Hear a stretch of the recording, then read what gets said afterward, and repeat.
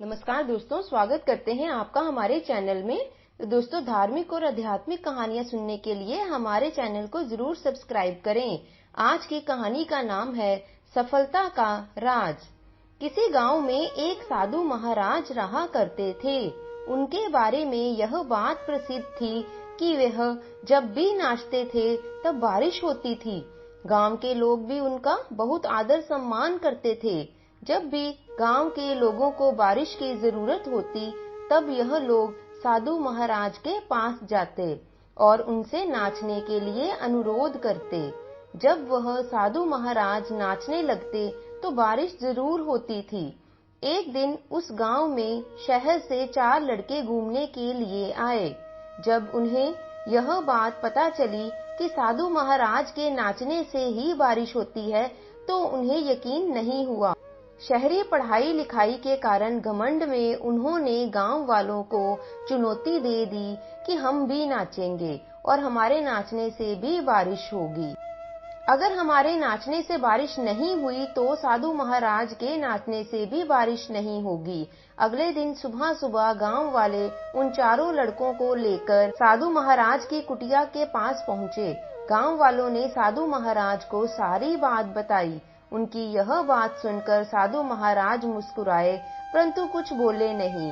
फिर उन लड़कों ने बारी बारी नाचना शुरू कर दिया। पहले लड़के ने नाचना शुरू किया। आधा घंटा बीत गया। लड़का नाचता रहा और काफी समय के बाद पहला लड़का थक कर बैठ गया, परंतु कहीं भी बादल दिखाई नहीं दिए। कुछ देर बाद दूसरे लड़के ने नाचना शुरू किया और काफी समय नाचने के बाद वह भी थक कर बैठ गया। उसके बाद बाकी दोनों लड़कों ने भी ऐसा ही किया, परंतु बारिश नहीं हुई। अब साधु महाराज की बारी थी। उसने नाचना शुरू किया। 1 घंटा बीत गया पर बारिश नहीं हुई। साधु महाराज फिर भी रुके नहीं, वह नाचते ही रहे। नाचते नाचते 2 घंटे बीत गए पर बारिश नहीं हुई। लेकिन साधु महाराज तो रुकने का नाम ही नहीं ले रहे थे। धीरे धीरे शाम ढलने लगी कि तभी बादलों की गड़गड़ाहट की आवाज सुनाई देने लगी और जोरों की बारिश होने लगी। यह देखकर चारों लड़के दंग रह गए और उन्होंने साधु महाराज से क्षमा मांगी। फिर चारों लड़कों ने साधु महाराज से पूछा, बाबा, भला ऐसा क्यों हुआ कि हमारे नाचने से बारिश नहीं हुई और आपके नाचने से बारिश हो गई? साधु महाराज ने उत्तर दिया, जब मैं नाचता हूँ तो 2 बातों का ध्यान रखता हूँ। पहली बात, मैं सोचता हूँ कि अगर मैं नाचूंगा तो बारिश को होना ही पड़ेगा, और दूसरी बात यह है कि मैं तब तक नाचूंगा जब तक बारिश ना हो जाए। इसलिए अंत में बारिश जरूर होती है। अब लड़कों को अपने प्रश्न का उत्तर मिल चुका था।